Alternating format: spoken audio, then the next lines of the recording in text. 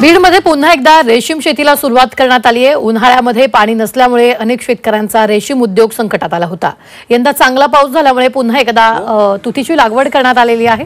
त्यामुळे शेतकरी पुन्हा एकदा रेशीम उद्योगाकडे वळलेत। अनेक शेतकऱ्यांच्या शेतीतील तुतीचा पाला 9 फुटांपर्यंत आलाय। त्यामुळे यातून चांगलं रेशीम निर्माण होणार असून शेतकऱ्यांना हा चांगला फायदा होणार आहे। याचा आढावा घेतला आमचे प्रतिनिधी विष्णू बुर्गे यांनी। बीड जिल्ह्यातील गेवराई तालुक्यातील मोठ्या प्रमाणामध्ये रेशीम उत्पादनाची शेती केली जाते। मात्र दुष्काळाची परिस्थिती, पाऊस कमी झाला, पाणी नसल्यामुळे हा उद्योग बंद पडला होता। मात्र यावर्षी पुन्हा चांगला पाऊस झाल्यानंतर आपण पाहू शकता गेवराईतील शेतकऱ्यांनी पुन्हा एकदा तुतीचं उत्पादन या ठिकाणी घेतलं आहे आणि रेशीम शेतीला सुरुवात झाल्याचं या ठिकाणी पाहायला मिळतंय। हो सर, रेशीम उद्योग बंद पडले होते, पण आता पाण्याची पातळी वाढली, पाऊस चांगला पडला, त्यामुळे पुन्हा आम्ही याच्याकडे वळलो।